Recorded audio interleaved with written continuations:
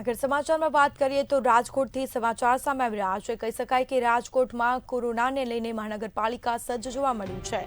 તો નવા વેરિયન્ટને લઈને મહાનગરપાલિકા સજ્જ થયું છે। આરોગ્ય અધિકારી ડોક્ટર જયેશ વકાણીનું નિવેદન સામે આવ્યું છે। ગંભીર લક્ષણો જણાય તો રિપીટ ટેસ્ટ કરાયા છે। સાથે જ તેઓએ નિવેદન પણ આપ્યું છે। તેઓએ કહ્યું છે કે આરોગ્ય અધિકારી ડોક્ટર જયેશ વાકાણીનું નિવેદન પણ આવ્યું છે। દર્દીઓને જરૂર જણાય તો જ ટેસ્ટિંગ કરાય છે। દરરોજ રાજકોટ મનપા 20 જેટલા ટેસ્ટિંગ કરી રહ્યું છે।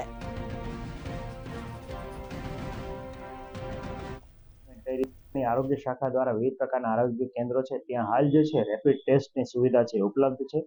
ખાસ કરીને કોઈ પણ વ્યક્તિને કોવિડ જેવા લક્ષણો જણાય તો નજીકના આરોગ્ય કેન્દ્ર ઉપર જઈને પોતાનો રેપિડ ટેસ્ટ છે એ કરાવી શકે છે। આ ઉપરાંત 4 થી 5 દિવસ પહેલા રાજ્ય સરકારની સૂચના મુજબ છે આપણે મોક ડ્રીલનું આયોજન કરવામાં આવ્યું હતું।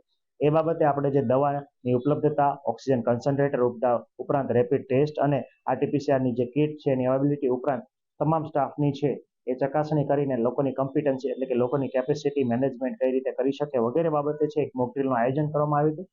આ મોક ડ્રીલ છે એ સાથે સાથે પીડીયુ અને પીકેચ હોસ્પિટલ અને રાજકોટ શહેરની તમામ પ્રાઇવેટ હોસ્પિટલ ખાતે પણ કરવામાં આવી હતી અને ત્યાં એ લોકોનો ઓક્સિજન સપ્લાય, આ ઉપરાંત ઓક્સિજન ચેઇન અને ઓક્સિજન છે એક કઈ રીતે એનો જથ્થો ઉપલબ્ધ છે અને કઈ રીતે એનો વપરાશ કરવામાં આવશે, એના ઇન્સ્ટ્રુમેન્ટ છે એ બાબતની તમામ જે ચકાસણી છે ખાસ કરીને પીએસએ પ્લાન્ટ પીડીયુ સાથે સાથે રાજકોટના આજુબાજુના સીએચસી અને સબ ડિસ્ટ્રિક્ટ હોસ્પિટલમાં આવેલ જે ઓક્સિજન પ્લાન્ટ છે એની પણ ચકાસણી છે કરવામાં આવી હતી। આ ઉપરાંત બેડની ઉપલબ્ધતા, આઇસોલેશન વોર્ડ બાબતેની વિવિધ પ્રકારની મોક ડ્રીલ છે એનું આયોજન કરવામાં આવેલું હતું।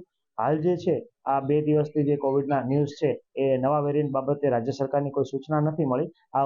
પરંતુ અમારી જે આરોગ્યની ટીમ છે એ સતર્ક છે। હાલ જે છે ઓપીડીમાં આવતા તમામ શરદી ઉધરસ અને તાવના અથવા સારી લાયક સિમ્ટમ ધરાવતા અથવા હાઈ ગ્રેડ ફીવર, શરીરમાં કળતર છે એ વધારે હોય અને શરદી ઉધરસ છે એ મળતા ન હોય અને શ્વાસમાં તકલીફ પડતી એવા તમામ કેસો છે એનું સેમ્પલિંગ છે એ લેવા માટે રાજકોટ મહાનગરપાલિકાના તમામ આરોગ્ય કેન્દ્ર સુસજ્જ છે।